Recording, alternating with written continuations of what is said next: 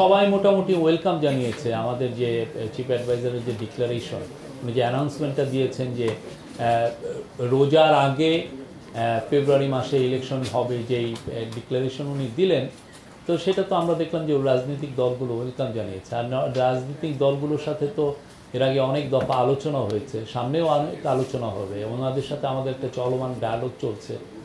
আমরা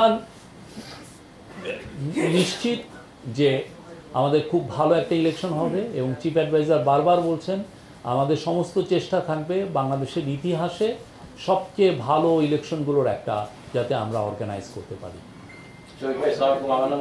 আমি বাংলাদেশ প্রতিদিনে কাজ করি। চিফ অ্যাডভাইজার মহোদয় প্রথমেই বলতেছিলেন যে নির্বাচন নিয়ে একটি বক্তব্য দিয়েছে, সূচনা বক্তব্য, সেখানে স্পেসিফিক কোনো নির্দেশনা দিয়েছি না, এবং যেহেতু এটা সচিবালয়ের এই মিটিং অনেক সচিবরা উপস্থিত ছিল, তাদের পক্ষ থেকে কোনো কিছু মন্তব্য করেছেন কিংবা কোনো কিছু বলেছেন কিনা যে একটা সুষ্ঠু নির্বাচন করার জন্য এই করা যেতে পারে, এরকম কোনো মানে পরামর্শ ছিল কিনা কারো? না, আমি বলবো যে এটা নিয়ে তো আমাদের অনেকগুলো মিটিং হচ্ছে, এটা কিন্তু চলমান দায়িত্ব, এটা আমাদের এই ইন্টারিম গভর্নমেন্ট বারবার এটা নিয়ে মিটিং হচ্ছে।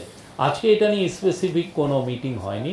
আজকে উনি প্রথম, যেহেতু উনি দ্বিতীয় অধ্যায়ের কথা বললেন, সেই জন্য উনি ফার্স্টে একটা তার সূচনা বক্তব্যে বলছেন যে এই দ্বিতীয় অধ্যায়ের প্রধান কাজ হচ্ছে নির্বাচন। আরও দুইটা কাজ আমাদের প্রধান আছে, সেটা হচ্ছে যে ট্রায়াল এবং রিফর্ম।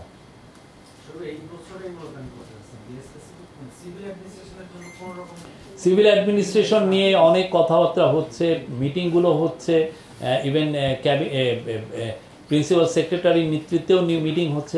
আপনারা দেখবেন, আপনারা অনেকগুলো, এবং ইলেকশন কমিশনও তার প্রিপারেশনগুলো নিচ্ছে আমরা যেটা জানি। তো আমরা আশা করি যে আপনারা জাস্ট রাইট ইন টাইম সব কিছু দেখবেন, ঠিক মতো হচ্ছে।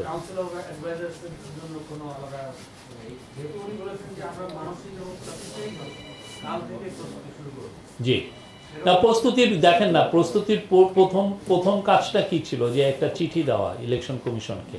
উনি ওইটা গতকালই এটা কিন্তু চিঠি চিফ অ্যাডভাইজার অফিস থেকে ইলেকশন কমিশনের কাছে চিঠিটা গিয়েছে।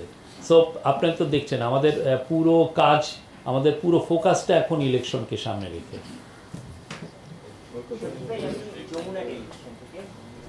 কালকে এনসিপি এবং জামাত দুই দলেই প্রেস কনফারেন্সে যেই বিষয়টার উপর সবচেয়ে বেশি জোর দিয়েছে লেভেল প্লেইং ফিল্ড তৈরি করা,